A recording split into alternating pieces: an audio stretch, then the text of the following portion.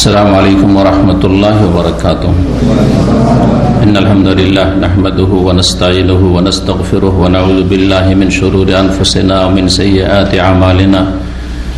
من يهده الله فلا مضل له ومن يضلل فلا هادي له وأشهد أن لا إله إلا الله وحده لا شريك له وأشهد أن محمدا عبده ورسوله صلى الله تعالى عليه وعلى آله وصحبه وسلم تسليما كثيرا. أما بعد، فقد قال الإمام البخاري رحمه الله تعالى: باب من تبرز على لبنتين.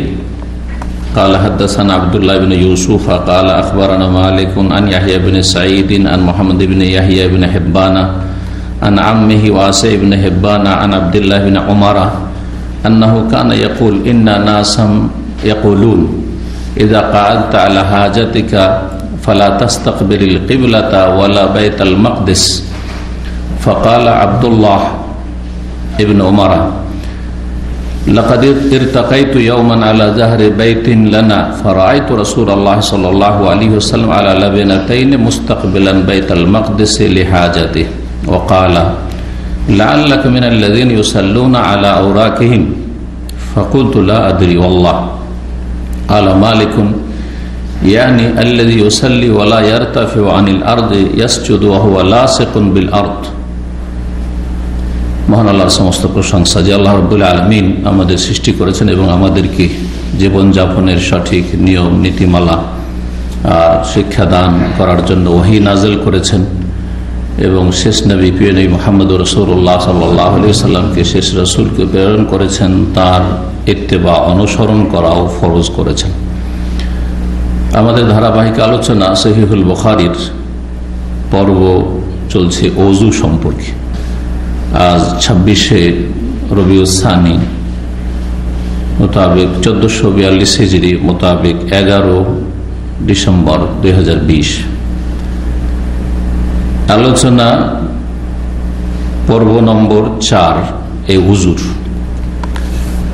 আর অধ্যায় নম্বর হচ্ছে 12। ইমাম বুখারী রাহিমাহুল্লাহ বলছেন: বাবু মান তাবাররাজা আলা লাবিনাতাইন।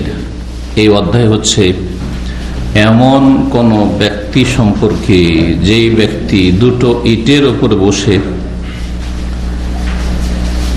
পেশাব পায়খানা করে। কেউ যদি দুটো ইটের উপর পা দিয়ে ভর দিয়ে পায়খানা পেশাব করে প্রাকৃতিক প্রয়োজন। জি, প্রাকৃতিক প্রয়োজন হচ্ছে আরবিতে কাজায়ে হাজাত। এই কথাটি অনেকে আমাদের দেশেও বলে। হাজা মানে প্রয়োজন। তো এই প্রয়োজন কোন প্রয়োজন? প্রাকৃতিক প্রয়োজন, মানুষ হিসাবে যেসব প্রয়োজন রয়েছে, অর্থাৎ পেশাব পায়খানা কথাটি শুনতে একটু যেন কেমন শ্রুতিকটু, শুনতে ভালো লাগছে না। সেই জন্য আরবি ভাষায় ভদ্রতার ভাষা হচ্ছে কাজায়ে হাজাত। কাদা মানে পুরা করা, হাজাত মানে প্রাকৃতিক প্রয়োজন। এখানে তাবাররাজা, বারাজ, এই বারাজ শব্দটি আজকাল ব্যবহার করা হয়। আপনি যদি চেকআপে যান, পেশাব পায়খানা চেকআপে যান, তাহলে বউল আর বারাজ, বউল হচ্ছে ইউরিন পেশাব, আর পায়খানা চেক করা হচ্ছে বারাজ। তো বলছেন বাবু মান তাবাররাজা আলা লাবিনাতাইন। লাবিনা কাঁচা ইটকে বলা হয়। এক হচ্ছে পোড়া ইট আর একটা হচ্ছে কাঁচা ইট। লাবিনা ইটের উপর পা দিয়ে পেশাব পায়খানা করা, যাতে করে পেশাব পায়খানা আপনার শরীরে না লেগে যায়। যদি কেউ পেশাব করছে ওই সময় যদি মাটিতে বসে থাকে তো পেশাবগুলি গড়ে এসে পায়ে লাগতে পারে, কিন্তু ইটের উপর যদি পা থাকে তাহলে অন্তত পায়ে আর লাগছে না। জি, আজকাল যে টয়লেটগুলো বানানো টয়লেট, সেখানেও দেখেন এইগুলো পায়ের জায়গাগুলো উঁচা করা আছে একটু, তাই না? একটু উঁচা করা আছে। আর উঁচা না থাকলে আশঙ্কা আছে। উঁচা যদি না করা থাকে তো পেশাব পায়খানা যেখানে গড়ে পড়েছে সেই জায়গাটা নিচে করা আছে, তো এটা হলো উঁচা করা। জি, তার মানে এরকমটা কেউ যদি করে, দুটো ইটের উপর পা দিয়ে আছে, ঘর দিয়ে আর বসে পেশাব পায়খানা করছে, তো এটা প্রমাণিত, কোনো অসুবিধা নেই। তাবেঈ ওয়াসি বিন হিব্বান রহমতুল্লাহ আলাইহি বর্ণনা করেছেন প্রখ্যাত সাহাবী আব্দুল্লাহ বিন ওমর রাদিয়াল্লাহু তাআলা আনহুমা থেকে। দ্বিতীয় খলিফা আমিরুল মুমিনিন ওমর রাদিয়াল্লাহু তাআলা আনহুর ছেলে এবং বড় একজন সাহাবী ছিলেন। ওমর রাদিয়াল্লাহু তাআলা আনহুর পরে যদি তার পিতা কঠোরভাবে নিষেধ না করে যেতেন তো অনেকের প্রস্তাব ছিল যে তিনি খলিফা হবেন, এত যোগ্য মানুষ। মানে তিনি ওসমান, আলী, অন্যান্য এইরকম যারা সিনিয়র সাহাবায়ে কেরাম তাদের মর্যাদার ইলমের দিক থেকে, আমলের দিক থেকে, সুন্নতের পাবন্দির ক্ষেত্রে তার বিস্ময়কর ঘটনাবলী রয়েছে। এত সুন্নতের পাবন্দ ছিলেন। সুন্নাত মানে আবার দেশীয় ভাষা বাঙালিদের কাছে আর বিশেষ করে বিদাতপন্থীদের কাছে দাড়ি টুপি, তাই না? সুন্নতি পোশাক মানে জুব্বা, এগুলো আসলে ভুল। সুন্নাত মানে জীবনের প্রতিটি ক্ষেত্রে রাসূলুল্লাহ সাল্লাল্লাহু আলাইহি ওয়াসাল্লামের আদর্শ মেনে চলা। যেখানে যেটা করেছেন সেটা আকীদার ক্ষেত্রে হোক, ইবাদতের ক্ষেত্রে হোক, আখলাক চরিত্রের ক্ষেত্রে হোক, চলাফেরার ক্ষেত্রে হোক, ব্যক্তি জীবনে হোক, পারিবারিক জীবনে হোক, জিকির আজকারের ক্ষেত্রে হোক, জি, সামাজিক ক্ষেত্রে হোক, মানুষের সাথে চলাফেরার ক্ষেত্রে হোক। একজন মানুষ অসুখ হয়েছে তো আমার সুন্নতি কাজ ওর সাথে, এখানে সুন্নাত। একজন মানুষ মারা গেছে, তা আপনি শুনতে পেলেন যে একজন মুসলিম মারা গেছে, আর আপনি জানাজায় হাজির হইতে পারবেন, তার দাফনে হাজির হইতে পারবেন, তো এখানে সুন্নতি তরিকা কি? যে না ভাই, গরিব মানুষ, সুতরাং এখানে যাওয়ার তো কোনো সার্থকতা নেই। যেমন কালকের এক জানাজা দেখলাম, যেমন বাংলাদেশে জানাজা হইলো, 5টা বাঙালি ছাড়া কেউ নেই, সব আরবরাই জানাজা পড়লো। কারণ মানুষ যে গরিব, তারা জানাজায় গিয়ে যার পার্থিব কোনো ফায়দা নেই। ধনীদের জানাজায় যদিও বেদিন হোক না কেন, যদিও নাস্তিক হোক না কেন, যদিও মুশরিক হোক না কেন, কবর পূজারী হোক না কেন, লক্ষ লক্ষ লোক, জি হ্যাঁ, তো এগুলো আসলে সুন্নত না যে আমি সুন্নতি কাজ করে এলাম। জি, লক্ষ লক্ষ লোক জানাজে হাজির হয়েছে। আরে সব বিদাতি, আর বিদাতির জানাজে গেছে না, নাস্তিক বিধর্মী, সে ইসলাম বিদ্বেষী, তার জানাজায় লক্ষ লক্ষ হাজার হাজার লোক, ফায়দা কি? জি, কোন সুন্নাত পালন করতে গেছেন আপনি? তো কথা হচ্ছে যে সুন্নাত মানে সার্বিক জীবনে রাসূলুল্লাহ সাল্লাল্লাহু আলাইহি ওয়াসাল্লামের আদর্শের বাস্তবায়ন। এই কথাটা সব সময় যদি আকীদার পরিশুদ্ধি আপনার হয়ে থাকে, আকীদা মানহাজ ঠিক হয়ে থাকে, তাহলে এটা সবসময় রাখবে। আর 2-4টা কাজের নাম সুন্নত না। কেউ রফেদেন করলো সুন্নত, আমি জোরে বললে সুন্নাত, হ্যাঁ সুন্নাত অবশ্যই, এগুলো সুন্নত, কিন্তু অনেক ক্ষেত্রে সুন্নত নেই, কিন্তু প্রচলিত সুন্নাত। দাড়ি ওয়াজিব, সুন্নাত নাই, কিন্তু দাড়ি টুপি মানে সুন্নত মূর্খদের কাছে। না, টুপি সুন্নত নাই, যেটা সুন্নত নেই সেটাও সুন্নাত, যেটা ওয়াজিব সেটাও সুন্নাত। অজ্ঞতা, আসলে অজ্ঞতা সমাজে। টুপি সুন্নাত নাই মানে এই কথা বলছি না যে টুপি ছাড়া চলাফেরা করেন। টুপি সমাজে ভদ্র পোশাক, ইসলামী পোশাক, নেক মানুষদের পরিচয়, ভালো মানুষদের পরিচয় আপনাদের সমাজে, সুতরাং করুন। কিন্তু যেসব দেশে টুপি থাকলেও আর না থাকলেও সমান, কেরালায়, শ্রীলঙ্কায় টুপি না থাকলেও খুতবা দিতে দিবে, আর টুপি থাকলেও খুতবা দিতে দিবে। কিন্তু বাঙালি জাতি বিনা টুপিতে খুতবা দিতে দিবে, বক্তব্য করতে দেবে, আপনাকে আলেম বলবে। একটা মূর্খের মাথায় যদি টুপি থাকার মুখে দাঁড়িয়ে থাকে তো ও হচ্ছে হুজুর, কেমন আছেন, আল্লামা সাহেব, সব আল্লাহ, এখন হুজুরও না, সব আল্লাহ, দাড়ি টুপি থাকলে। আর যদি বড় থেকে বড় আলেম হয় আর মাথায় টুপি না থাকে তো সমাজেও মূর্খ লোক। কি আছে, কোন এলেম আছে, পরিচয় আছে? তো আপনার সমাজে যেমন তেমন চলেন, এটা প্রশংসনীয়, ভালো জিনিস অবশ্যই, কিন্তু ভালো হইলেই যে স্যার সুন্নত, মোটেই না। ভালো পোশাক প্রশংসনীয়, কিন্তু ভালো পোশাক সুন্নাত। প্যান্ট শার্ট পরলে সুন্নতের খেলাফ পোশাক হয়ে গেল, আর পাঞ্জাবি পরলে, পাঞ্জাবের সাথে সম্পর্কিত, পাঞ্জাবে তাহলে শুরু হয়েছে কাজটা। পাঞ্জাব ভারত পাকিস্তানের একটা প্রদেশ, তাই না? ওইখানে শুরু হয়েছে, সেই জন্য নাম পাঞ্জাবি। পাঞ্জাবি কোন, তাহলে হয়ে গেল ইসলামী পোশাক। যাক, কথা লম্বা না করে আসি। আব্দুল্লাহ বিন উমর রাদিয়াল্লাহু তাআলা আনহু অত্যন্ত সুন্নতের পাবন্দ ছিলেন। জি, সফরে রাসূলুল্লাহর সাথে থেকেছেন, যেখানে যেখানে রাসূলুল্লাহ সাল্লাল্লাহু আলাইহি ওয়াসাল্লাম বসেছেন, অবস্থান করেছেন, ওখানে একটু বসতেন, যেখানে একটু নামি। যদিও এটা তার সুন্নতের সাথে বা নবী সাল্লাল্লাহু আলাইহি ওয়াসাল্লামের আদর্শের সাথে, জীবনীর সাথে অত্যন্ত ভালোবাসার পরিচয়, কিন্তু এটা কোন সুন্নত নয় যে যেখানে নবী সাল্লাল্লাহু আলাইহি ওয়াসাল্লাম বসেছেন, যে রাস্তা দিয়ে হেঁটেছেন আপনাকে হাঁটতে হবে, যে রাস্তা দিয়ে নবী সাল্লাল্লাহু আলাইহি ওয়াসাল্লাম হিজরত করে এসেছেন ওই রাস্তা দিয়ে মক্কা থেকে মদিনা আসবেন আপনি, এমন কিছু আছে সওয়াবের কাজ? এমন কিছু নাই। রাস্তা বদলেও গেছে, যদিও এই রাস্তা কিন্তু তারিকুল হিজরা বলা হচ্ছে, মানে আনুমানিক চেষ্টা করা হয়েছে যে রাস্তাটি মক্কা থেকে মদিনা আসছে সেটা তারিকুল হিজরার কাছাকাছি, কিন্তু ঠিক ওই রাস্তা দিয়ে একবার এসেছেন রাসূলুল্লাহ সাল্লাল্লাহু আলাইহি ওয়াসাল্লাম এমন কিছু নাই।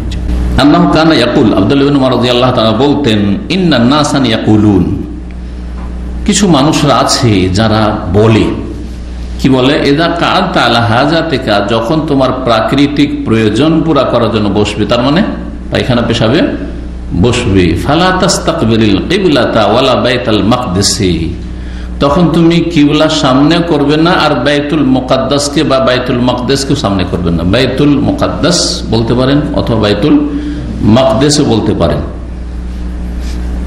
বাইতুল মুকাদ্দাস নয়। তিন রকম বলার প্রচলন আছে, দুটো ঠিক একটা ভুল।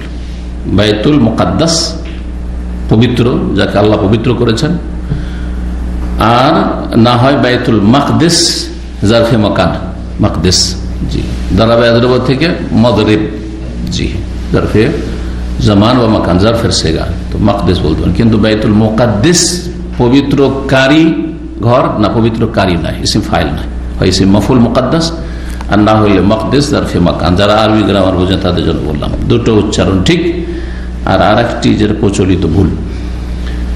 ফাকাল আব্দুল্লাহ বিন ওমর, মানে লোকেরা বলে যে সামনে কিবলা করা যাবে না আর বাইতুল মুকাদ্দাসকেও সামনে করা যাবে না, বাইতুল মুকাদ্দাসকে সামনে করলে কিবলা পিছনে হবে, এটা লোকেরা বলে থাকে। সেটা অনেকের তখন সাহাবায়ে কেরামদের মত ছিল, সেটা ঘরে হোক আর বাইরে হোক। বিষয়টি সাহাবায়ে কেরামদের আমল থেকে ইখতিলাফ চলে আসছে, ঘরে হোক অথবা বাইরে হোক, অর্থাৎ বানা টয়লেটের ভিতরে হোক অথবা খোলা মাঠে হোক, পেশাব পায়খানায় কেবলা সামনে করা যাবে না। আর বাইতুল মুকাদ্দাসও সামনে করার, বাইতুল মুকাদ্দাস উত্তর দিকে মক্কা থেকে, কাবা থেকে, সুতরাং বাইতুল মুকাদ্দাসকে যদি সামনে করেন তো পেছনে হয়ে যাবে কেবলা, তো পেছনেও করা যাবে না, আগে পিছে করা যাবে না।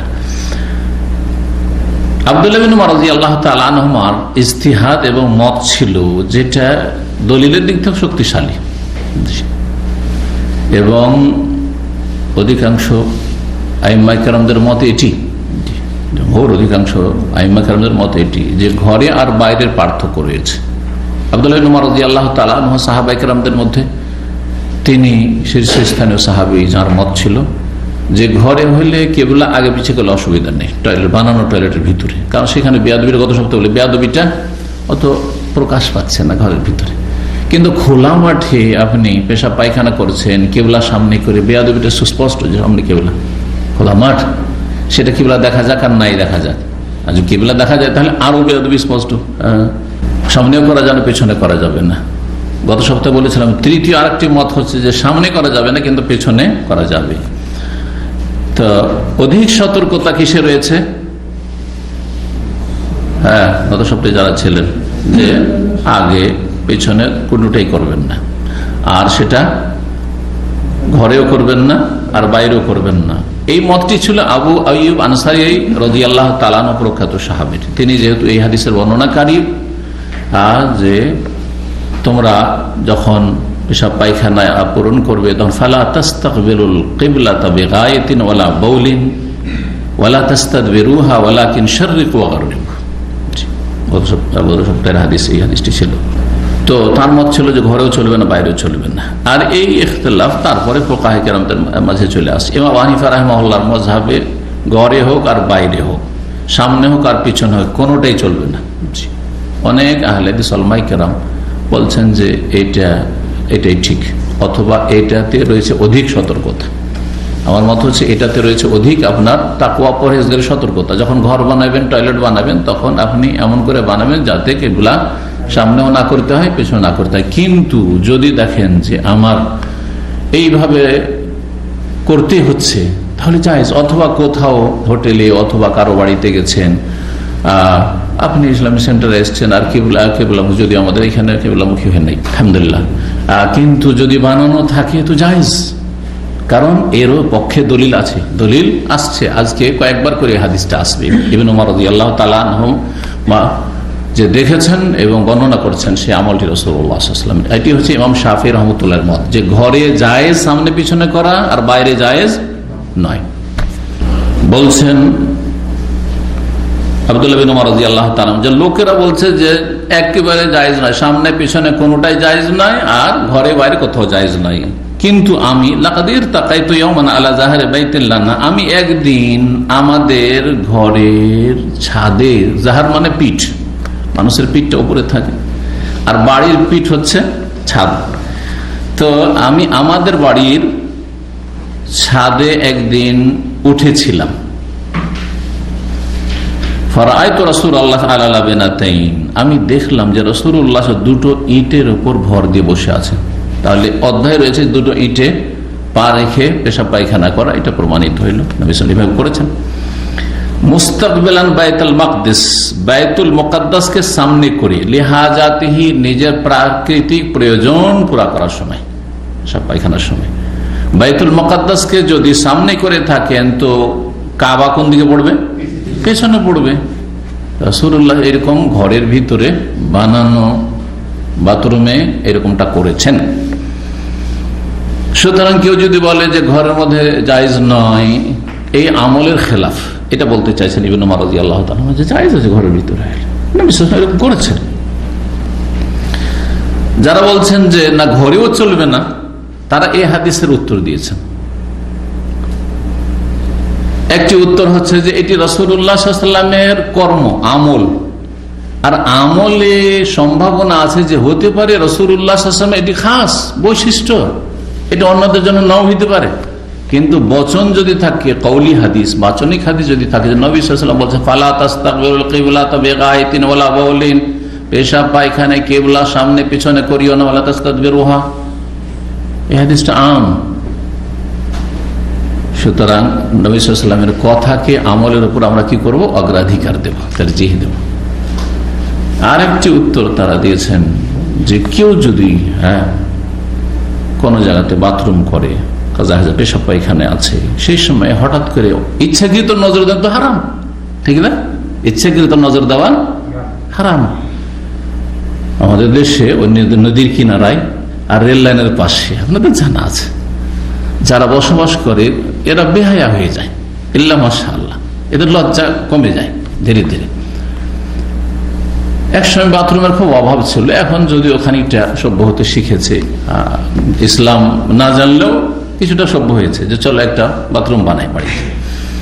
বাইরে এরকম রাস্তাঘাটে, রাস্তার পাশে, রোডের পাশে অথবা রেললাইনের পাশে, নদীর কিনারায়, নদীর পাড়ে পেশাব পায়খানা করছে, আর মানুষ পাশ দিয়ে রাস্তা আছে চলাচল করছে, বা গাড়ি চলছে, ট্রেন বাস চলছে,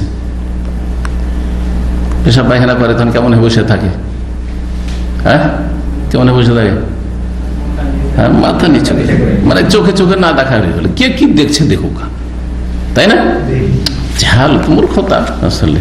আরে আসলে এই নয় যে আপনার চোখে চোখে নজর পড়ে গেল, লজ্জায় পড়ে গেলেন, না না, আসল হচ্ছে যে আপনার কোনো মানুষের চোখের সামনে লজ্জায় স্থান উন্মুক্ত করা খোলা হারাম, কাবিরা গুনাহ, পুরুষ হোক আর নারী হোক, কাবিরা গুনাহ যে কেউ লজ্জায় স্থান খুলবে অন্যের সামনে। লজ্জায় স্থান বলতে সামনে এবং পিছনটা, রানের ক্ষেত্রে না কাবিরা গুনাহ নাই, রান প্রয়োজনে খোলা যেতে পারে, নবী সাল্লাল্লাহু আলাইহি ওয়াসাল্লাম থেকে প্রমাণিত রয়েছে। রানটা হচ্ছে আওরাত, কিন্তু এই আওরাত খাফিফ, হালকা, ঢেকে রাখা ভালো, উচিত, কিন্তু মাঝে মধ্যে প্রয়োজনে রান খুলতে পারেন। আমাদের দেশের চাষিরা রান খুলে না, বা কাজকর্মের জন্য কাপড় ছাটে না, কাঁচা বাঁধা।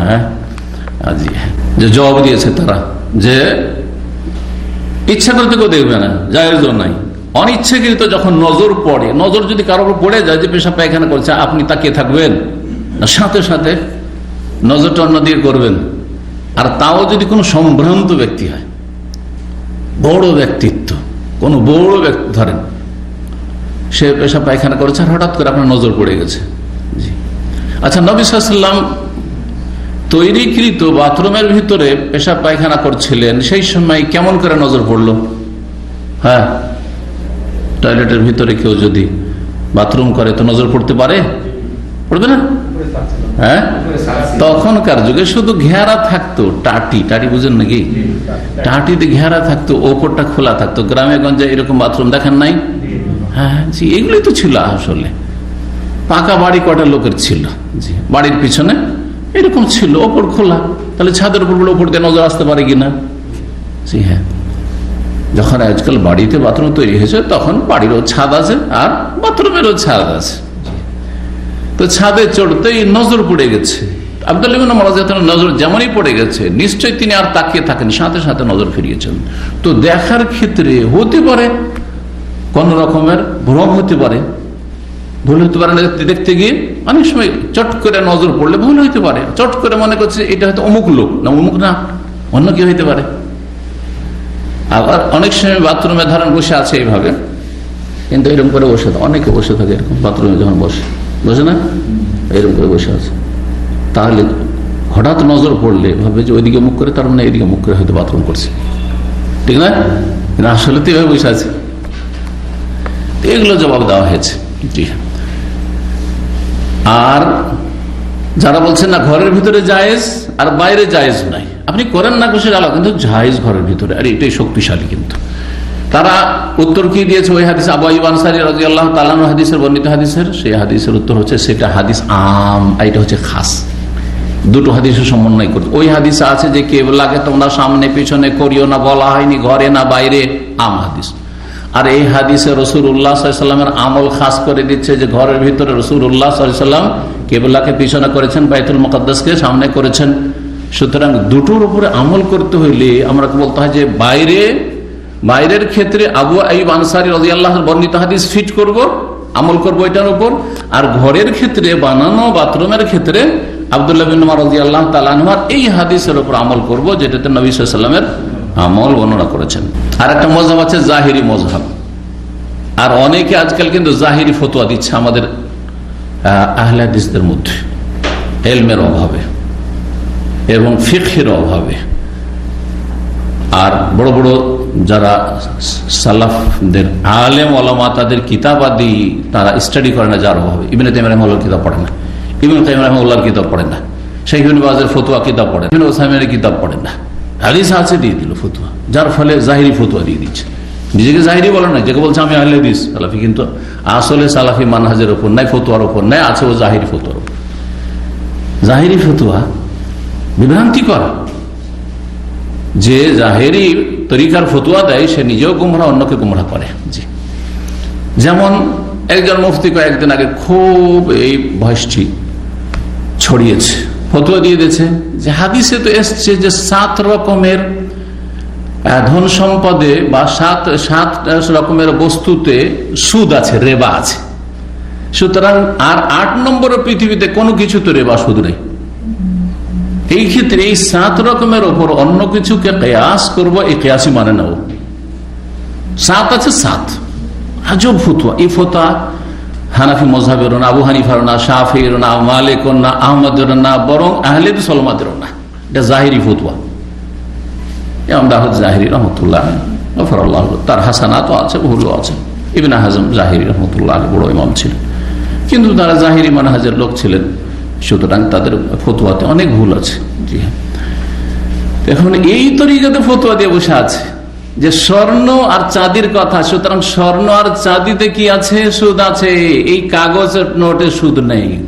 এই ফতোয়া কেউ যদি দেয় সে নিজে গুমরাহ হইল, অন্যকে গুমরাহ করল, এই জাহিরি ফতোয়া দিয়ে।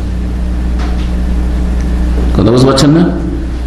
তো ওই রকমই জাহিরি ফতোয়া আছে এই পেশাব পায়খানা আর বিষয়ে, যে পেশাব পায়খানা করার ব্যাপারে যখন পরস্পর বিরোধী হাদিস আছে, আর রাসূলুল্লাহ সাল্লাল্লাহু আলাইহি সাল্লাম এর মধ্যে এই হাদিসটিকে আপনার ঘরের ক্ষেত্রে খাস না করে বলছে এই হাদিস হচ্ছে নাসিখ, রহিতকারী। যে হাদিসে রাসূলুল্লাহ সাল্লাল্লাহু আলাইহি সাল্লামের আমল, যে তিনি কি করেছেন, কিবলাকে পিছনে করে বাথরুম করেছেন, তাহলে এইটা রহিতকারী হাদিস। আর আবু আইয়ুব আনসারী হাদিস হচ্ছে মানসুখ। সুতরাং ঘরে হোক বাইরে হোক সব জায়গায় কিবলামুখী, কিবলা পিছনে করে পেশাব পায়খানা করা জায়েজ। দিল ফতোয়া, ভুল ফতোয়া, ভুল ফতোয়া। হাদিস শেষ হয়ে গেছে। ওয়াকালা, যখন এই হাদিস শোনালেন ইবনে ওমর রাদিয়াল্লাহু তাআলা আনহু, তারপরে বলছেন তার ছাত্রকে, তার ছাত্র এখানে রয়েছে ওয়াসি বিন হিব্বান রাহমাতুল্লাহ আলাইহি, তাবেঈ। তাকে বলছেন, তারও ধারণা এরকম ছিল যে আপনার পেশাব পায়খানা তো বসলে ঘরে হোক বাইরে হোক কোনো জায়গাতে কেবলা মুখী হওয়া যাবে না, কেবলা পিছনে করা যাবে না।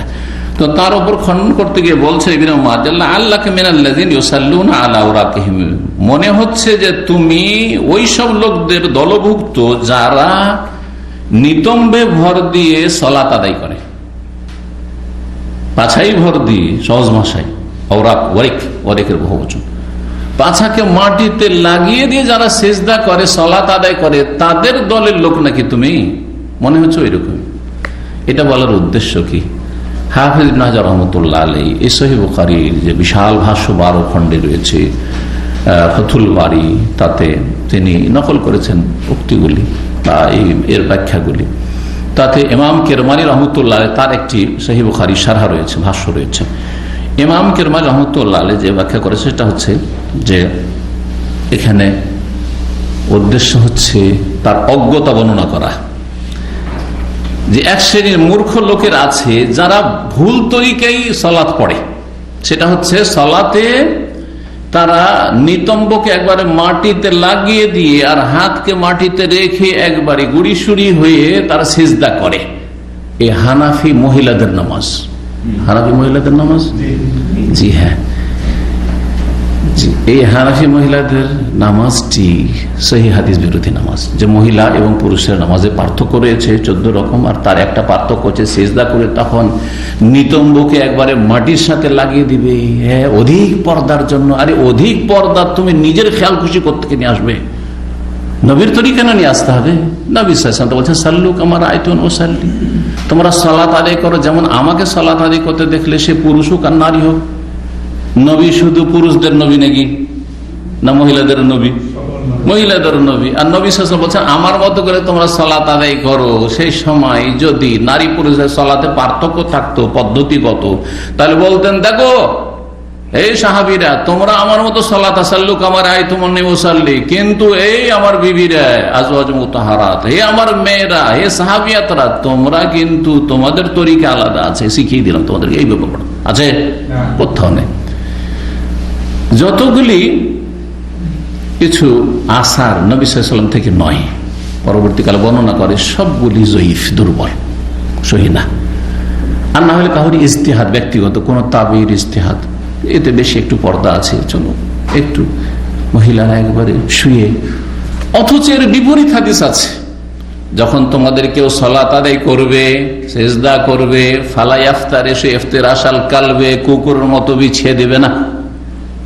কুকুরকে বসতে দেখেছেন কেমন করে বসে? সামনের পা দুটো লম্বা করে বিছিয়ে দিয়ে বসে। যারা হাতকে এভাবে রেখে দিয়ে সেজদা করবে তাদের বসাটা ঠিক কুকুরের মতো হচ্ছে না? আচ্ছা, কুকুরের কথা কেন বললেন নবী সাল্লাল্লাহু আলাইহি ওয়াসাল্লাম? এমনি বলতেন যে হাত বিছিয়ে দিও না, কিন্তু ইফতিরাশাল কালবে, কুকুরের মতো বসিও না, কাকের মতো ঠোকর দিয়ে সালাত আদায় করিও না। এরকম বিভিন্ন পশু পাখির সাথে তুলনা করেছেন ভুল সালাতগুলি, ভুল নামাজগুলিকে। কি জন্য? রহস্যটা কি জানেন? রহস্য হচ্ছে মুসলিমদের অন্তরে ঘৃণা সৃষ্টি করা এই আমল থেকে, যে এই যে হাত বিছিয়ে সালাত আদায় করছো, তুমি কুকুরের মতো কাজ করলে। তুমি যে ঠাক ঠাক ঠাক ঠাক তাড়াতাড়ি করে রুকু সেজদা, এই যে সালাত পড়ছো, তুমি নাখরাতুন কা নাখরাতিল গোরাব, কাকের মতো ঠোকর মারছো, মুরগির ঠোকর মারা নামাজ, এইরকম সালাত পড়বে না। কথা বোঝা গেছে? এইভাবে বিভিন্ন পশুর সাথে বিভিন্ন সুন্নত বিরোধী যে ভুল নামাজ, সেগুলিকে তুলনা করেছেন যাতে করে কেউ ভুল নামাজ, ভুল সালাত আদায় না করে। তো তুমি মনে হয় ওই দলের লোক নাকি? তো ওই দল বলতে এখানে জাহেলদেরকে বোঝানো হয়েছে যারা সুন্নত জানে না, সুন্নত থেকে মূর্খ। ওই মূর্খ যারা সুন্নত জানে না তাদের তরিকার লোক, ঘরেও চলবে না, বাইরেও চলবে না, কোনো জায়গায় কিবলামুখী হওয়া যাবে না, এরকম কথা বলছো তুমি মনে হয় ওদের। আর কেউ কেউ বলেছেন যে না, এটার উদ্দেশ্য তাদের অজ্ঞতা প্রকাশ করা নয়, বরং হতে পারে যে এমন কিছু লোকেরা ছিল যারা এইরকম করে সালাত আদায় করতো, হতে পারে যে এরকম সালাত আদায় করতো আর মনে করতো যে এতে যখন সেজদা যাব এতে আমাদের শরীরে পর্দা হবে বেশি। এটা যেমন শরীয়ত বিরোধী, ঠিক তেমনি তোমার যে মতটি রয়েছে এই মতটি হচ্ছে শরীয়ত বিরোধী। এক কথায় ইবনে ওমর রাদিয়াল্লাহু তাআলা আনহুমার কঠোর ভূমিকা ছিল যে ঘরের মধ্যে জায়েজ, যেটা জায়েজ জায়েজ, আমি দেখেছি, নিজের চোখে দেখেছি, এটা ছিল। কালা মালিক, ইমাম মালিক রাহমাহুল্লাহ এই কথাটির ব্যাখ্যা করছেন। ইমাম মালিক প্রসিদ্ধ মদিনার ইমাম, ইয়ানিল্লাযী অর্থাৎ এর তাৎপর্য হচ্ছে আল্লাযী ইউসাল্লি, যে সালাত আদায় করে, ওয়ালা ইয়ারতাফিউ আন আরদি, যে জমিন থেকে শরীরটা উঠিয়ে সালাত আদায় করে না, ইয়াসজুদু সিজদা করে, কিন্তু ওয়া লাসিকুন বিল, আর জমিনের সাথে একবারে মিলিত হয়ে জমিনের সাথে সেটে সিজদা করে, হাত বিছিয়ে দিলেন আর পাছাটাকে একবারে নিচে বসিয়ে দিলেন, আর গুড়ি সুড়ি হয়ে বুকের মাঝে আর জমিনের মাঝে তেমন ফাঁক রাখলেন না, এইরকম যারা করে তাদের সম্পর্কে বলেছেন যে এরা যেমন মূর্খ, অথবা এরা যেমন সুন্নতের খেলাফ কাজ করে, ঠিক তেমনি এটাও সুন্নতের খেলাফ, যে তুমি যেটা জায়েজ সেটাকে নাজায়েজ মনে করবে। 13 নম্বর অধ্যায় হচ্ছে বাবু খরুজ নিসাইল আল বারাজ। এই অধ্যায় হচ্ছে নারীদের বের হয়ে যাওয়া বাড়ি থেকে এলাল বারাজে পেশাব পায়খানার জন্য। মহিলারা বাড়ির বাইরে প্রয়োজনে, প্রাকৃতিক প্রয়োজন পুরা করার জন্য পেশাব পায়খানার জন্য বাইরে যেতে পারে কি না, এটা হচ্ছে মাসআলা। এখন আমি শহরে বাস করি অথবা গ্রামে বাস করলো, আলহামদুলিল্লাহ বাথরুম আছে, বাথরুম তৈরি করার পয়সা আছে, করেছেন, ঠিক আছে। আপনি হয়তো বলবেন আপনার মেজাজে, না না না, এটা কি করে হতে পারে, মহিলারা বাথরুম করার জন্য, পেশাব পায়খানার জন্য বাইরে মাঠে ঘাটে যাবে, ঠিক না? কিন্তু আজকের থেকে 30 বছর পিছনে চলে যান, যাই না, এখনো গ্রামে গঞ্জে থাকতে পারি, যাওয়া হয় না তো বলতেও পারি না, কিন্তু আমরা চোখের সামনে দেখেছি অধিকাংশ বাড়িতে বাথরুমের ব্যবস্থা ছিল না, যার ফলে মহিলারা কোথায় যেত? বাইরে যেত, সে বাঁশের ঝাড়ের আড়ে হোক, গাছের আড়ে হোক, কোনো গর্তে হোক, হ্যাঁ যেত। বাড়ির পিছন দিকে, বিশেষ করে বাড়ির পিছন দিকে ঢাকায় থাকে, বন জঙ্গলে আছে দেশ আমাদের, গাছপালাতে চারিদিক ঘেরা, যারা যতটা পর্দা করে ততটা পর্দা করে বসত। আর বিশেষ করে রাত্রে গেলে কোনো দোষের কথা নাই। নবী সাল্লাল্লাহু আলাইহি ওয়াসাল্লামের বিবিগণ অথবা নবী সাল্লাল্লাহু আলাইহি ওয়াসাল্লামের সাহাবিয়াত যে মদিনার, তারা বাইরে যেতেন, কিন্তু হাদিস আছে রাতে যেতেন। কখন যেতেন? রাতে। মা আয়েশা রাদিয়াল্লাহু তাআলা সহিহ বুখারীতে রয়েছে যে তার উপর মিথ্যা অপবাদের যে হাদিস রয়েছে কিসসাতুল ইফক, তাতে লম্বা হাদিসে বর্ণনা করা হয়েছে। তিনি বলছেন যে তখনকার যুগে মদিনায় যেহেতু প্রতিটি ঘরে বাথরুমের ব্যবস্থা ছিল না, সেই জন্য মদিনার মুসলিম নারীরা, আনসারী মুহাজিরদের মহিলারা বাইরে যেত, কিন্তু রাতে যেত, রাত ছাড়া দিনে নয়, রাত টু রাত। এই রাতে পায়খানা করে চলে আসলো বাইরে, পেশাবের জন্য তো আশেপাশে করে না, ঘরের ভিতরে পড়ে নেওয়া যায় হয়তো, কিন্তু পায়খানার ব্যাপারটা তো অন্যরকম, তাই না? ব্যবস্থা না থাকলে তো পায়খানা করার জন্য রাত্রে যেত। রাত্রে গেলে আরো পর্দা রয়েছে। কিন্তু যে নাজায়েজ কাজগুলি গ্রাম অঞ্চলে আমরা ছোট কাল থেকে মানে জানি, সেটা হচ্ছে যে দলবদ্ধ হয়ে মহিলারা যায় আর পায়খানা বসে গেছে, গোল হয়ে আশেপাশে বসে গেছে আর পায়খানা করছে আর গল্প করছে। জানেন না? আপনাদের অনেকের বয়স কম আছে, জানবেন না। যাদের 40-এর বেশি বয়স তারা বেশি জানবেন। হারাম পেশাব পায়খানা অবস্থায় কথা বলা জরুরি না হয়ে জায়েজ নাই, কথা বলা জায়েজ নাই। আল্লাহ সন্তুষ্ট হয়। কিন্তু প্রয়োজনে অনেক সময় পেশাব পায়খানা করছেন, বাইরে থেকে আপনাকে খুব এমার্জেন্সি, আপনার ওয়াইফ অথবা আপনার ছেলে কোন একটা জরুরি কথা বলছে, উত্তর দিতে পারেন প্রয়োজনে জায়েজ আছে, কিন্তু বিনা প্রয়োজনে এইসব করা জায়েজ নাই। আদবের খেলাফ, সভ্যতার খেলাফ, ভদ্রতার খেলাফ। ইসলাম মানুষকে তাহজিব সাকাফাত শিখিয়েছে, জি, সভ্য মানুষ তৈরি করেছে। ইসলাম ছাড়া কোনো জাতি সভ্য হতে পারে না। যারা আজকে সভ্যতার কথা বলছে, তারা মানুষের সামনে 2-4টি কথাতে তাদের লৌকিকতার সভ্যতা, তাদের ব্যক্তি জীবনে, পারিবারিক জীবনে তাদের জীবনটা পশুর চাইতে নিকৃষ্ট জীবন, পশুর চাইতে নিকৃষ্ট জীবন তাদের। জি, এরা বাথরুম করে পানি নেই না, অথচ পানি রয়েছে। এদের বাথরুমে পানি থাকে না পশ্চিমাদের, আর পশ্চিমা জাতিকে, হ্যাঁ, এই গোরা সাদাদেরকে অনেকে সভ্য মনে করে। জি, এরা যত নোংরা হয়ে থাকে, এরা যত নোংরা বস্তু খায়, সবচেয়ে নিকৃষ্ট নোংরা বস্তু যাকে আল্লাহ স্পষ্ট ভাষায় হারাম করেছেন, লাহমুল খিনজির, শুকুরের গোস্ত তাদের হচ্ছে মূল খাদ্য। মদে ডুবে আছে যেই জাতি, মানে এইরকম। তারপর জেনা ব্যভিচার তাদের কাছে কোনো ব্যাপার না, বরং বিয়ে শাদী করাটা একটা হচ্ছে তুচ্ছ কাজ, তুচ্ছ কাজ। আউযুবিল্লাহ। সারা জীবনটা তাদের এই নোংরামিতে কাটে। সেই জাতি আমার সভ্য? সেই জাতি সভ্য? যেই জাতি শরীরে কাপড় রাখতে চাই না, কাপড় রাখতে চাই না, একেবারে এতটুকু কাপড় রাখে না, হয় রাখে না, কখনো একেবারে বিবস্ত্র, আউযুবিল্লাহ, সেই জাতি আমার সভ্য? তাহলে তো হিংস্র পশু সভ্য। বাঘ, ভল্লুক, শৃগাল, কুকুর, খেক, শিয়াল, বিড়াল পোশাক পরে না, তাহলে এরা তো আগে থেকে সভ্য। কথা বোঝা গেছে? না না না, মোটেই না। শরীর ঢেকে থেকে একজন মানুষকে যত সুন্দর লাগছে, আপনি কাপড় খুলে দেখেন, প্রথম জামাটা খুললেন, গেঞ্জি গায়ে দিয়ে খারাপ লাগছে, ছবি তুলেন, এমনি বুঝতে পারবেন না যে খারাপ লাগছে, আপনি বুঝতে পারবেন না, অন্যরা বুঝছে, ছবি তুলেন, দিয়ে দেখেন ছবিটা। আচ্ছা, আমি একটা আরো ছোট উদাহরণ দিচ্ছি, এটা পরীক্ষিত।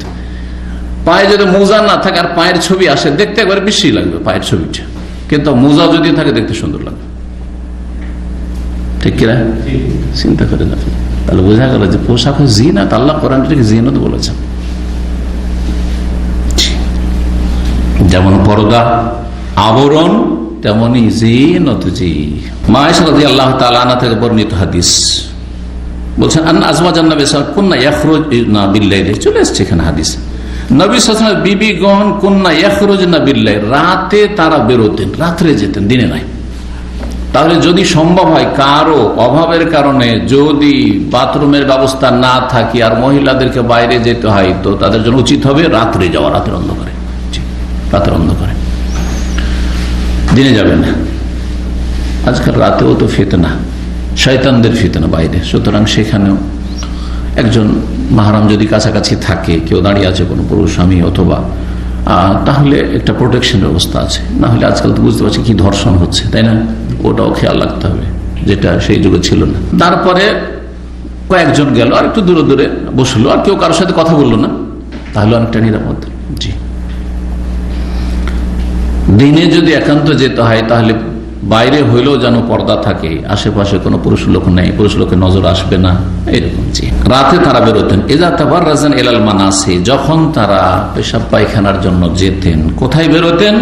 ইয়াখরুজনা বিল-লাইল ইলাল মানাসি, মানাসে নামক এলাকায়। মানাসে নাসা থেকে, নাসা মানে হচ্ছে খালিস, খোলা ময়দান। এই জন্য এর ব্যাখ্যা করেছে ওয়াহুয়া সাঈদুন আফিয়াহ। সাঈদুন মানে হচ্ছে ভূপৃষ্ঠ, এই যে মাটি, জমিন, খোলা মাঠ। আর আফিয়াহ মানে হচ্ছে ওয়াসি, আউসা, প্রশস্ত, প্রশস্ত খোলা মাঠ। এটা কোন দিকে ছিল? বাকির যে কবরস্থান রয়েছে, আমাদের দেশের মানুষরা জান্নাতুল বাকি বলে, তা আমরা বাকি বললে শুনতে ভালো লাগে না, তাই না? যত বিদাতি কথা শুনতে ভালো লাগলো, জান্নাতুল বাকি, জান্নাতুল মুআল্লা, রওজা শরীফ, তাই না, মাজার শরীফ, শুনতে কত সুন্দর লাগছে। কিন্তু শয়তান খারাপ জিনিসকে সাজিয়ে সাজিয়ে পেশ করে। সে খারাপ কাজ হোক অথবা খারাপ কথা হোক, বেদাতি কথা হোক, ওগুলোকে সাজিয়ে পেশ করে। জি, জান্নাতুল বাকি নামে কোনো কিছু নেই আসলে। জান্নাতুল বাকি বলা মানে এটা একটা ভুল ধারণা দেওয়া মানুষকে, যে এই বাকিতে কেউ যদি দাফন হয় তো জান্নাত। অথচ ঈমান এবং নেক আমল ছাড়া, ফরজ ওয়াজিবের হেফাজত ছাড়া, আর সহি আকীদা, বিশুদ্ধ আকীদা, তাওহীদ ছাড়া কেউ জান্নাতে যেতে পারবে না। তার উপরে আল্লাহর রহমত হবে, তখন আল্লাহর রহমত হবে। তাওহীদে নাই, শিরক আছে। আর মদিনায় বাস করে, মদিনায় শিয়া বাস করে, না খাওয়েলা একটা মহল্লা আছে, আওয়ালি।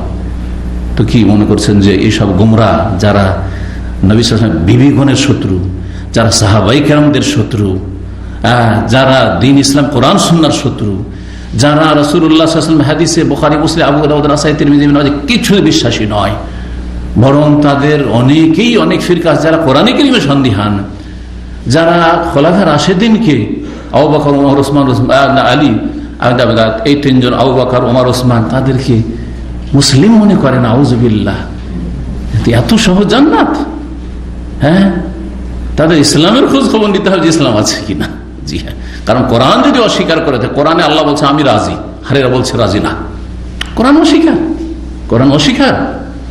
এত সহজ নয় যে বেদাতি আকীদা নেই, মদিনায় কবর নেওয়ার জন্য ভারত বাংলাদেশ থেকে অনেকে আসে, পয়সাওয়ালারা অনেক বড় বড় আলেমরা এসছে, বেদাতি আলেমরা এসছে, মদিনায় কবর, মদিনা শরীফে কবর নেই, জান্নাতুল বাকিতে বসে আছে, বছরকে বছর থাকছে।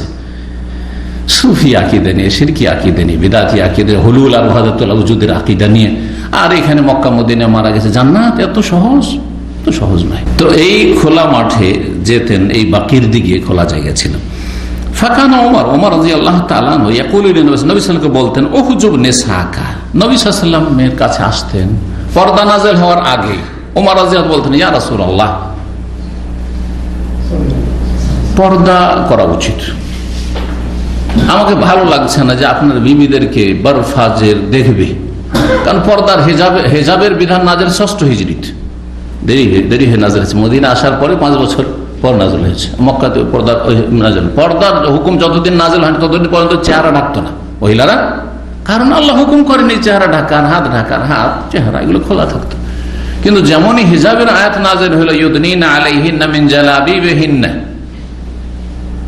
এই আয়াত যখন সূরা আহজাবে নাযিল হইল, তখন নবী সাল্লাল্লাহু আলাইহি সাল্লামের বিবিগণ, তারপরে সাহাবিয়াত সবাই তখন একটা চোখ খুলে, তখনকার পাতলাই কাপড় ছিল না, নিকাবের ব্যবস্থা ছিল না, মোটা মোটা কাপড়, তখন ঘোমটা টেনে একটা চোখ দিয়ে রাস্তা দেখে রাস্তার কিনারা কিনারা মহিলারা চলতেন। তো ওমর রাদিয়াল্লাহু তাআলা বেশ কিছু বিষয়ে তলব করতেন বা মন থেকে চাইতেন যে আল্লাহ এটা হয়তো, আল্লাহ এটা হয়তো। তার মধ্যে একটি ছিল হেজাব, পর্দা। আল্লাহ পর্দার বিধান তুমি নাযিল করে দাও, মহিলারা এরকম চেহারা করে চলাফেরা করবে, এটা ভালো লাগছে না।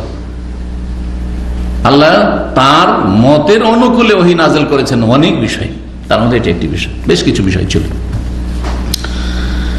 পর্দা নাযিল হওয়ার আগ পর্যন্ত বাইরে যেতেন, আর পর্দা নাযিল হওয়ার পরেও, যে ইফকের হাদিসে রয়েছে যে পর্দা নাযিল হওয়ার পরেও রাসূলুল্লাহ বিবিগণ রাতের বেলা মাঝে মধ্যে যেতেন, বাইরে যেতেন। জি হ্যাঁ, 2-3 একসাথে গেলেন আর কাজা হাজাত করে আসলেন, কারো বাড়িতে ওইরকম ব্যবস্থা অনেকের ছিল না।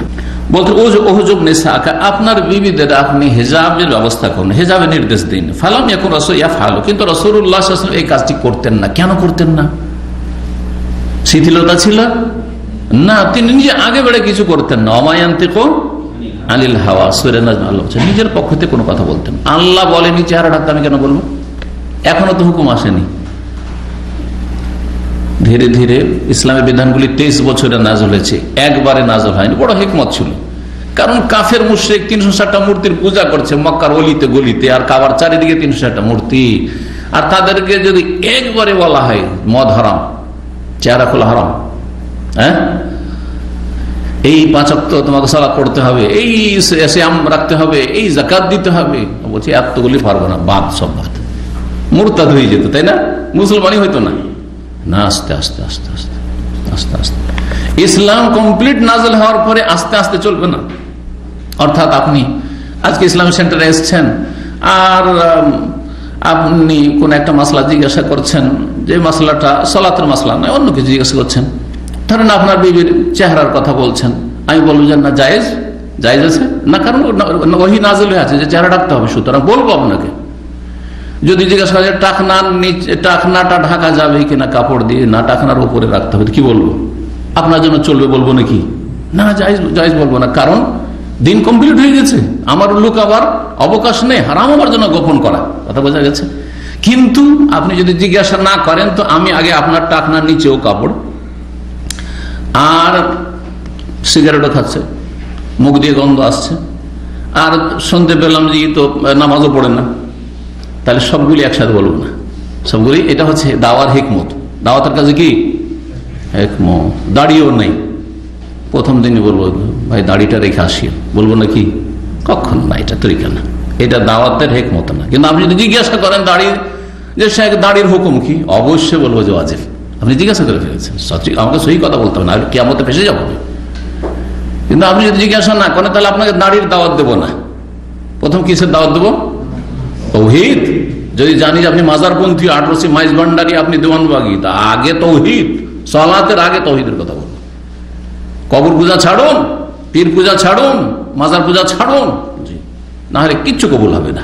এই নামাজ পড়ে লাভ নাই, জুমা বেকার আপনার এই শিরকি কুফরি আকীদা নিয়ে কোনো কাজে আসবে না। এটা আপনি তৌহিদি জনতা না, শিরকি জনতা, আপনি যতই বলেন না কেন। আপনি জানছি মাশাআল্লাহ তৌহিদ, কিন্তু তৌহিদের সাথে সাথে তৌহিদের সমানই গুরুত্ব রাখি কিন্তু সালাত। সুতরাং বলবো আপনাকে 5 ওয়াক্ত সালাত পড়বেন। আরে বেশি না পারবেন দিনে রাতে 70 রাকাত পড়ে নেবেন, ফরজটা পড়ে 5 ওয়াক্ত, ফজর ছাড়বেন না। সুন্নাত ভারী লাগছে, ঠিক আছে, আস্তে আস্তে পড়েন। আপনি 70 রাকাত পড়ে দেন, আপনি মুসলিম। বুঝা গেছে না? এটাকে বলা হয় তাদাররুজ ফি দাওয়া। দাওয়াতের ক্ষেত্রে ধাপে ধাপে বাড়তে হবে, স্টেপ বাই স্টেপ। জি, আপনি বেহায়া পরিবারের মেয়ে বিয়ে করে নিয়ে এসছেন, আর নিয়ে আসার পরে একবারের লাগাম টেনে ধরেছেন, কি করবে মহিলা? পালিয়ে গিয়ে কোন খারাপ ছেলের সাথে পালিয়ে যাবে। কোন হুজুরের পাল্লাতে পড়েছিলি? ঠিক না?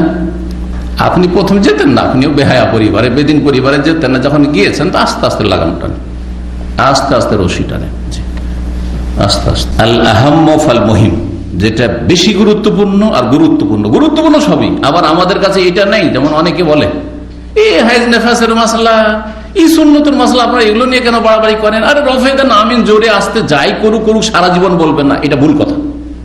অবশ্যই বলতে হবে, কিন্তু গুরুত্বপূর্ণ আর অধিক গুরুত্বপূর্ণ, বুঝা গেছে না? গুরুত্বপূর্ণ আর অধিক গুরুত্বপূর্ণ। আপনি যখন গ্রামে যাবেন, দেখবেন যে বড় রোগ, ঠিক ডাক্তার কাছে রুগী আসে, একটা লোক এসছে করোনা রুগী, আর তার সাথে তার মেলাগুলি রোগ আছে, আরো রোগ আছে, মেলা রোগ আছে। ডাক্তার সবগুলি একসাথে ওষুধ দিবে, এতগুলি নাকি? দেখবে যে যেটা রোগ ভালো করা এখন জরুরি, না হলে লোকটা এক্ষুনি মারা যাবে। করোনা আক্রান্ত, এখন করোনা চিকিৎসা করি, বাকিগুলো থাক, একে বাঁচিয়ে রাখি, কমসে কম বাঁচিয়ে রাখি, আস্তে আস্তে সুস্থ হলে তখন অন্য অন্য ওষুধগুলো দেবো। নবী সাল্লাল্লাহু আলাইহি ওয়াসাল্লাম করতেন না, কারণ আল্লাহর হুকুম হয়নি, নিজের পক্ষ থেকে কোনো কিছু বলতেন না, অপেক্ষায় ছিলেন যে ওহি আসলে তখন বলবেন। ফাখারাজাত সাউদাতু বিনতু জামা যাওজুন নবী সাল্লাল্লাহু আলাইহি ওয়াসাল্লাম লাইলাতাম মিনাল লায়ালি ইশাআন, একদিন এশার সময় নবী সাল্লাল্লাহু আলাইহি ওয়াসাল্লামের সহধর্মিণী সাউদা বিনতে জামা, সাউদা রাদিয়াল্লাহু তাআলা আনহা, তিনি বেরিয়েছেন। নবী সাল্লাল্লাহু আলাইহি ওয়াসাল্লামের প্রথম বিবি কে? খাদিজা। 2 নম্বরে কে বলতে পারেন? দেখি একটু কতটা নবীর জীবনী, সিরাতুন নবী। 2 নম্বরে কাকে বিয়ে করেছেন? সাউদা রাদিয়াল্লাহু তাআলা। আইডিয়া তো বললেন না? হ্যাঁ, সাউদা রাদিয়াল্লাহু তাআলা। 3 নম্বরে আয়েশা রাদিয়াল্লাহু তাআলা। আয়েশা রাদিয়াল্লাহু, ছোট ছিলেন তিনি। সাউদা রাদিয়াল্লাহু তাআলা আনহা একদিন রাতে বেরিয়েছেন এশার সময়। ওয়াকানাত ইমরাতান তাওয়িলা, তিনি কিন্তু খুব লম্বা রমণী ছিলেন, উঁচা, জি, দীর্ঘকায়ী ছিলেন, জি। ফানাদাহু ওমর রাদিয়াল্লাহু তাআলা আনহু পছন্দ করতেন না যে নবীর বিবিরা জায়েজ হলো কেন যাবে বাইরে, রাতে হইলো কেন যাবে, শক্ত ছিলেন কিন্তু ওমর রাদিয়াল্লাহু তাআলা, দিনের ক্ষেত্রে কঠোর ছিলেন। ওমর রাদিয়াল্লাহু তাআলা সাউদাকে ডাক দিচ্ছেন, আলা শোনেন, আলা শোনেন, কাদ আরাফনাকি ইয়া সাউদা, হে সাউদা, আপনাকে আমি চিনে ফেলেছি, আপনাকে আমি রাতের অন্ধকারে হলো কি করেছি, চিনতে পেরে গেছি। কেন এই কথা বললেন? বলছেন হিরসান আলা আইয়ানজিলাল হিজাব, এই আগ্রহ নিয়ে এবং এই কথার জন্য উদ্গ্রীব হয়ে যে যাতে করে হেজাবের বিধান নাজিল হয়ে যায় আর নবী সাল্লাল্লাহু আলাইহি বিবিগণ বাইরে না যান, আর যদি যেতে হয় তাহলে চেহারা ঢেকে যান। যদিও সেটা এশার সময় ছিল, রাতের অন্ধকারে, এমন না যে লাইটিং হয়েছে এখনকার মধ্যে, অন্ধকার, বাড়িতে তো লাইটের ব্যবস্থা থাকতো না। মায়েশা রাদিয়াল্লাহু তাআলা বলছেন নবী সাল্লাল্লাহু আলাইহি ইন্তেকালের সময় বা নবী সাল্লাল্লাহু আলাইহি ওয়াসাল্লামের শেষ জীবনে তাহাজ্জুদ পড়ছেন, আর আমি দেখছি বিছানায় নেই, কোথায় গেছে? তো যদি সতীন থাকে আর বিছানায় না পায় স্বামীকে, তাহলে শয়তান কি ওয়াসওয়াসা দিবে? অন্য কারো কাছে গেছে, তাই না? এই পালপিটেশন শুরু হয়ে গেছে।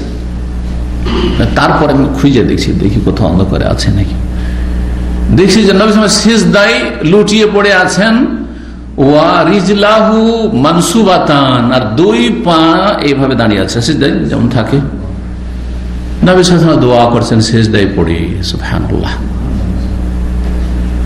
তো এইরকম খুঁজতে কেন হলো? এরকম করে খুঁজছেন আধারে, হাত লাচ্ছেন যে কোথায় আছে, কেন বলছেন তিনি ওয়াল বুয়ুত ইয়াউমাইযিন লাইসা ফিহা মাসাবিহ, ওই জামানায় আমাদের বাড়িতে কোনো প্রদীপের ব্যবস্থা থাকতো না, আলোর ব্যবস্থা থাকতো না। মাঝে মধ্যে একটু চর্বি জ্বালিয়ে আলো করে নিলাম, খাওয়া দাওয়া করে নিলাম, কাজ কাম সেরে নিলাম, অন্ধকার, তারপরে অন্ধকার। আবার হেজাবের আশায় ওমর রাদিয়াল্লাহু তাআলা আনহু এই কথা বলেছে, ফাআনজালাল্লাহুল হিজাব, অতঃপর আল্লাহ হেজাবের বিধান নাযিল করলেন, হেজাবের বিধান নাযিল করলেন। এই হাদিস থেকে বেশ কিছু বিষয় জানা যায়। তার মধ্যে একটি হচ্ছে যে মহিলারা প্রয়োজনে পেশাব পায়খানার জন্য বাইরে বেরোতে পারবে, কিন্তু উত্তম হচ্ছে রাতে, উত্তম হচ্ছে রাতে। দিনেও প্রয়োজন হলে জায়েজ, কিন্তু যেন পুরুষদের দৃষ্টিগোচর না হয়, চোখে না পড়ে পেশাব পায়খানার অবস্থা। আর কি জানতে পারলেন দেখি, এর নাম হচ্ছে ইস্তেমবাত। একটা হাদিস থেকে অনেক মাসাইল বেরোতে পারে। এই হাদিস থেকে কি জানা গেল না যে বেগানা মহিলার সাথে কথা বলা জায়েজ? জানা গেল না? ওমর রাদিয়াল্লাহু তাআলা আনহু মাহরাম নন নবী সাল্লাল্লাহু আলাইহি ওয়াসাল্লাম বিবির জন্য, যদিও নবীর বিবিগণ সবাই উম্মতের মা, আমাদের মা তারও মা, ওয়াজওয়াজু উম্মাহাতুম, কিন্তু এই মা কোন দিক থেকে? বিবাহ করা হারাম, যেমন মাকে হারাম তেমন নবীর বিবিগণকে বিবাহ করা উম্মতের জন্য হারাম। এই দিক থেকে, সম্মানের দিক থেকে, শ্রদ্ধার দিক থেকে, এহতেরাম তাজিমের দিক থেকে। কিন্তু বাকি শরীয়তের মাসাইলের দিক থেকে মা নয়। যেমন মাকে নিয়ে আপনি সফর করতে পারবেন, মায়ের সাথে আপনি একটা হোটেলে গিয়ে এক রুমে থাকতে পারবেন, পারবেন না? পারবেন না? মায়ের সাথে নির্জনে গল্প করতে পারবেন। নবীর বিবিগণের সাথে সাহাবায়ে কেরামদের এসব জায়েজ ছিল না? জায়েজ ছিল না। তাহলে নবী সাল্লাল্লাহু আলাইহি ওয়াসাল্লামের বিবিগণকে যে মা বলা হয়েছে সেটা বিশেষ বিশেষ বিষয়, যেদিকে ইঙ্গিত করলাম। তো তাহলে বেগানা পুরুষ কথা বলেছেন কার সাথে? নবী সাল্লাল্লাহু আলাইহি ওয়াসাল্লাম বিবিগণের সাথে। সুতরাং প্রয়োজনে কেউ যদি কারো স্ত্রীর সাথে কথা বলে আর সেখানে ফিতনার আশঙ্কা না থাকে, আর সেটাও যদি আপনার দ্বীনি কথা হয়, তো জায়েজ না জায়েজ নয়? ধরেন একজনের শাইখকে, কোন আলেমকে মাসলা জিজ্ঞেস করছে কোন মহিলা, জায়েজ না জায়েজ নয়? সরাসরি এসে জিজ্ঞাসা করে জায়েজ নয়, এখানে এসে কেউ যদি জিজ্ঞাসা করে জায়েজ। টেলিফোনে জিজ্ঞাসা করে জায়েজ নয়? জায়েজ। আওয়াজ শোনা জায়েজ, জি। কিন্তু সামনে এসে কথা বললে বা জিজ্ঞাসা করলে জিজ্ঞাসা করুক, কিন্তু চেহারা ঢেকে কথা বলতে পারে। কথা বোঝা গেছে? চেহারা হচ্ছে হিজাব, ঢাকার বস্তু, সুতরাং শরীর ঢাকা থাকবে। আর কথা হিজাব নাই, যে কথা যেন মহিলার না শুনতে পায় কোনো পুরুষ, এমন কথা নাই। তবে এমন কথা শোনানো যাবে না পুরুষদেরকে যেই কথাতে আকর্ষণ রয়েছে। সঙ্গীত শোনাচ্ছে আজকাল ইউটিউবে, কিছু শিল্পী গোষ্ঠী আছে, সাবালিকা মেয়েদেরকে দিয়ে কি করছে, কি বলছে ওগুলোকে, এদের জাগরণী, অথবা তাদের ভাষায় আপনার কি বলছে, ইসলামী গান, ইসলামী গজল, ইসলামী সঙ্গীত। হারাম, এগুলো হারাম। কারণ এগুলোতে কি আছে? আকর্ষণ আছে। আর একটা যুবতী যদি 16 বছর 18 বছরের মেয়ে হয়ে যায়, সাবালিকা মেয়ে, সব এগুলো, এইসব মেয়েদের যদি কেউ যদি গজল শোনায়, সঙ্গীত শোনা শুরু করে, তাহলে আমাদের বক্তব্য শুনবে? এলেম শিখবে? কার কোনো আলেমের লেকচার শুনবে না তো। কারণ আমাদের ভাষাতে তো আর ওই আকর্ষণ নেই, ফেতনা নেই। এখানে তো শয়তান আসে না, শয়তান আরো তাড়াইবে, এই এতক্ষণ ধরে কেমন করে শুনবে 1 ঘন্টার লেকচার। আর মহিলা যদি ঘন্টার পর ঘন্টা যদি গান গায়, গীত গায়, তো শুনতে মজা লাগবে। কারণ শয়তান ওখানে কাছে আছে, শয়তান বলছে শোন, চল জাহান্নামে আমার সাথে। এই জন্যই কোরআন তিলাওয়াত, মহিলার কোরআন তিলাওয়াত, মহিলার কাছ থেকে শিখার ব্যবস্থা থাকলে পুরুষ কখনো কোরআন তেলাওয়াত শুনে। এই পুরুষ ওস্তাদের কাছে আমি কোরআন শিখছি, তাজবিদ শিখছি, আর কোরআন মশক করছি, না জায়েজ নয়।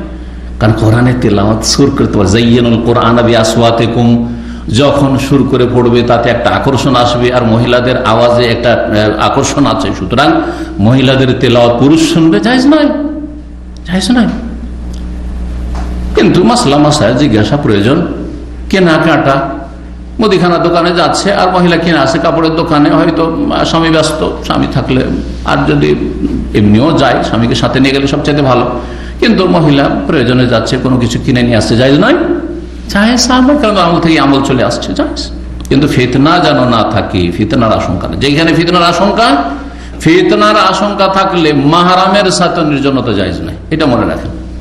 অর্থাৎ এই মশলা অনেকে জানে না, কিন্তু আপন মায়ের পেটের ভাই, কিন্তু চরিত্র খারাপ, লুচ্চা, চরিত্রহীন, তাহলে তার বোনেরা ওই ভাইয়ের সাথে সফর করবে না, ভাইয়ের সাথে নির্জনে গল্প করবে না, ভাইয়ের সামনে শরীর পুরো ঢেকে থাকবে, কারণ এর চরিত্র খারাপ, এর নজর খারাপ। যদি কেউ টের পায় যে কোন মাহরামেরও নজর খারাপ হয়ে যাচ্ছে, আমার আপন মামা নজর খারাপ, জি নজর খারাপ, দূরে থাকেন, দূরে থাকেন, ফিতনা। জি, এই হাদিস থেকে জানা গেল যে মাকেও নসিহতমূলক কথা বলতে গিয়ে একটু শক্ত করে বলা যাবে। এমন শক্ত নয় যে একবারে বেয়াদবি হয়ে যায়, বড় কষ্ট দিলেন কিন্তু একটু শক্ত করে বললেন, মা আপনার নামাজ পড়ে না, বলবেন না মা কি করছেন আপনি, নামাজ পড়েন, কয়দিন বাঁচবেন আপনি, নামাজ পড়েন, না হলে আমাকে পাবেন না আপনি। জি, আপনি এই শিরক করবেন না, অনেকের মা আছে মাজারে যায় না, এই পীরের মুরিদ হওয়া যাবে না, মোটেই না, শক্ত ভাষায় বলতে পারবেন। কোথা থেকে জানলাম? এই হাদিস থেকে। নবীর বিবিগণ, উম্মতের মা, ওমরের মা রাদিয়াল্লাহু তাআলা আনহু বলছেন, দেখেন আপনাকে আমি কিন্তু চিনে ফেলেছি, আপনি রাত্রে বেরোচ্ছেন। অর্থাৎ উদ্দেশ্য হচ্ছে যাতে বের না হন, যদিও জায়েজ কিন্তু অনুত্তম, জায়েজ কিন্তু অনুত্তম। বাড়ির ভিতরে যদি পেশাব পায়খানা পূরণ করে, কাজা হাজাত করে, এটা উত্তম, মহিলা হোক আর পুরুষ হোক, বাইরে যাওয়ার চাইতে। আল্লাহ হেজাবের বিধান নাযিল করে দিলেন। তারপর থেকে নবী সাল্লাল্লাহু আলাইহি ওয়াসাল্লামের বিবিগণ সবাই চেহারা ঢেকে চলাফেরা শুরু করলেন, তার সাহাবিয়াতরা চেহারা ঢেকে চলাফেরা করলেন। আর এই সিলসিলা আলহামদুলিল্লাহ চলে আসছে। আর সৌদি আরবে আছে, দিনদার পরিবারগুলিতে আছে, কেউ ইবাদত হিসাবে পালন করছে, আর অধিকাংশই সেটা প্রথাগত পালন করছে। যারা ইবাদত হিসাবে চেহারা ঢাকছে, পর্দা করছে, তাদেরটা কিয়ামত পর্যন্ত টিকে থাকবে, কোন শক্তি সেটা কেড়ে নিতে পারবে না। ইউরোপ আমেরিকা গেলেও চেহারা ঢাকবে, কাফেরদের মাঝে গেলেও চেহারা ঢাকবে, ভালো জায়গায় থাকলো মন্দ জায়গায় থাকলো, কথা ঠিক না? কিন্তু যারা প্রথাগত করছে, দেশাচার, আরে সৌদি আরবে সবাই ঢাকছে, বাংলাদেশ থেকে অনেকে ভিজিটে নিয়ে আসছেন, আপনার স্ত্রী এখানে এসে ঢাকা শুরু করেন, সবাই ঢাকছে, একাই তো লজ্জা লাগে চেহারা বলতে। কিন্তু সে প্রথাগত করলো, দেশাচার করলো, তাহলে এই আদাত ইবাদত নাই, কোনো নেকিও পাবে না, আর এটা টিকসই হবে না। যেমনই এখান থেকে এয়ারপোর্টে যাবে, সব খুলে ব্যাগে ভরে নেবে, করছে না অনেক মহিলারা, সব খুলে ভরে নিচ্ছে। আমি যখন ইউরোপ গেলাম, লন্ডন গেলাম, অনেক মহিলা আমাদের সাথে জেদ্দা থেকে চাপলো, বিভিন্ন দেশের, তার মধ্যে আরব দেশেরও, বিভিন্ন আরব আশেপাশের বিভিন্ন দেশের, এক কথা এখান থেকে তো ফ্লাইট বিভিন্ন জায়গা থেকে আসে, আর তারপরে এখান থেকে ট্রানজিটে যায় পাকিস্তান থেকে। কিছু মহিলা দেখলাম, বেশিরভাগই তো সব চেহারা খোলা দেখলাম, যাচ্ছে মুসলিম অথচ মহিলা, কিন্তু কিছু আছে চেহারা ঢেকে। এইখান থেকে চেহারা ঢেকে উঠলো, যেমনই ফ্লাইট উড়ে গেছে, আর তারপরে সব চেহারা খুলে দিয়েছে। ওখানে গিয়ে যখন ওই লাইনে লেগেছি, ইমিগ্রেশনের জন্য, সেখানে চেহারা ঢাকা মহিলা খুঁজেই পাচ্ছি না, শুধু আমার ওয়াইফ চড়ার পর মহিলা খুঁজে পাচ্ছে। একটা মহিলা আলহামদুলিল্লাহ পেলাম, আর একজন মহিলা যে চেহারা ঢেকে এখান থেকে জিদ্দা থেকে চেহারা ঢেকে গেছে, ওখানেও চেহারা ঢাকা, মাশাআল্লাহ। কথা হচ্ছে যে হেজাব একটা হচ্ছে ইবাদত, আর একটা হচ্ছে আদত, প্রথা, দেশাচার, অভ্যাস। অভ্যাস বদলানো যায়, কিন্তু ইবাদত বদলানো যায় না। আমার ইবাদত টিকে থাকে। সুতরাং আপনি যা কিছু করবেন ইবাদত হিসাবে করবেন, নেকিও পাবেন, এবং সেটা স্থায়ী হবে। সেটা আল্লাহর জন্য করছেন আপনি, দিনের জন্য করছেন আপনি, জান্নাতে যাওয়ার জন্য করছেন, জাহান্নাম থেকে বাঁচার জন্য করছেন। সেটা গরমেও করবেন আর শীতেও করবেন।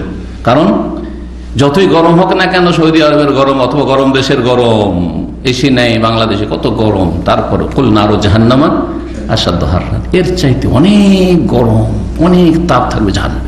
সেই জাহান্নাম থেকে বাঁচার জন্য চেহারা ঢাকা মহিলাদের।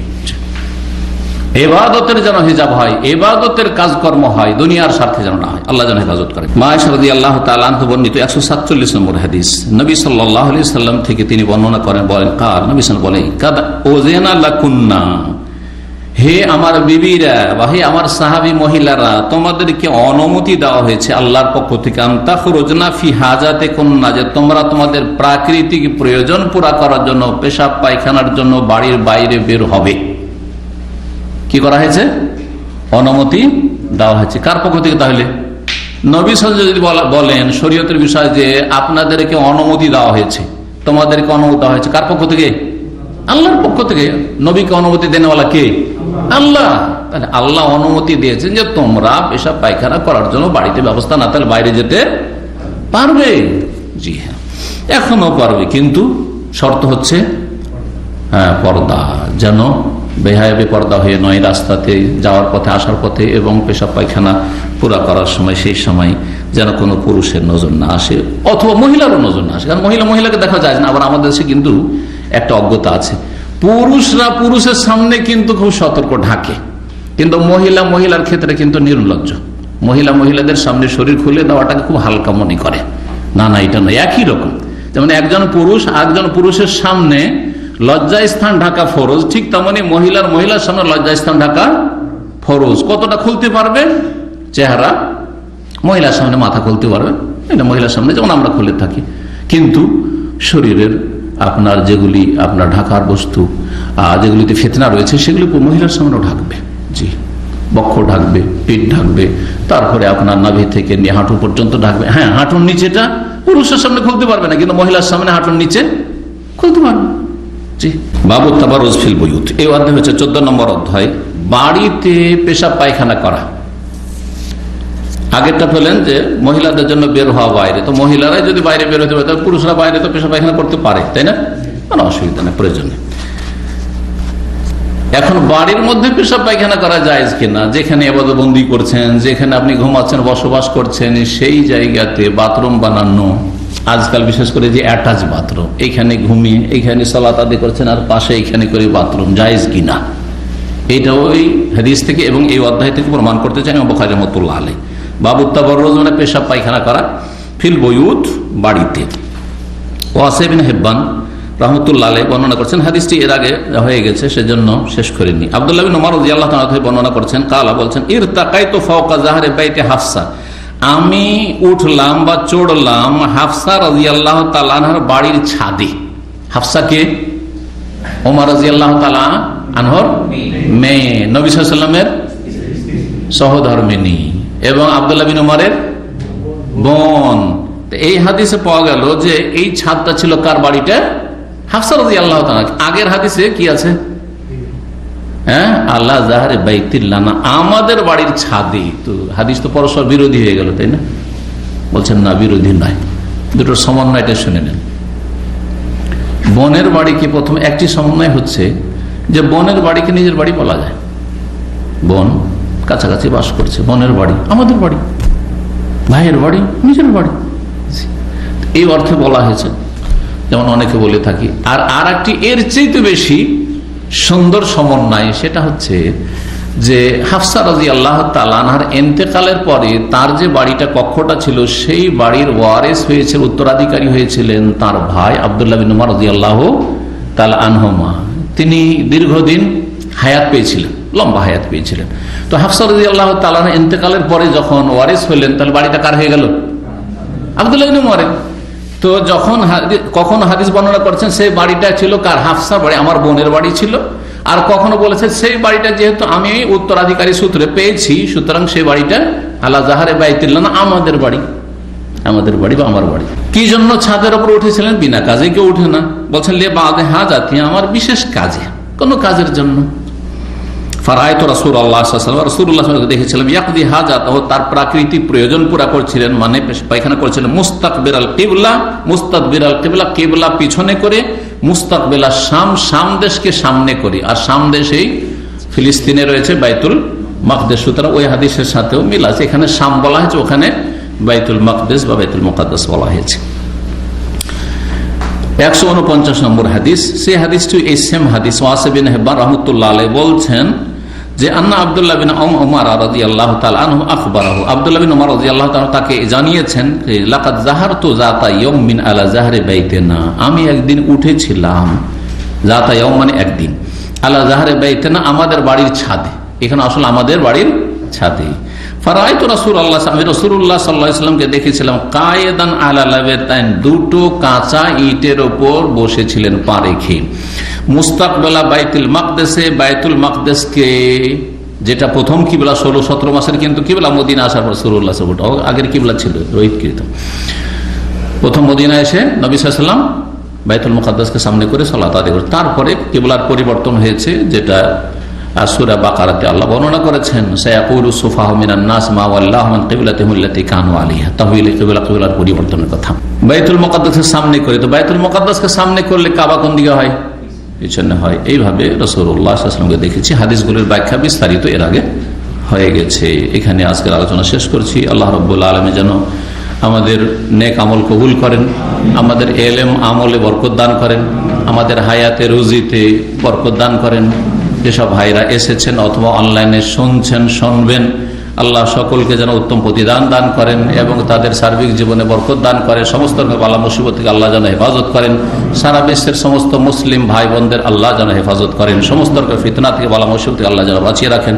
সুবহান রাব্বিকা রাব্বিল ইজ্জাতি আম্মা ইয়াসিফুন ওয়া সালামুন আলাল মুরসালিন ওয়া আলহামদুলিল্লাহি রাব্বিল আলামিন।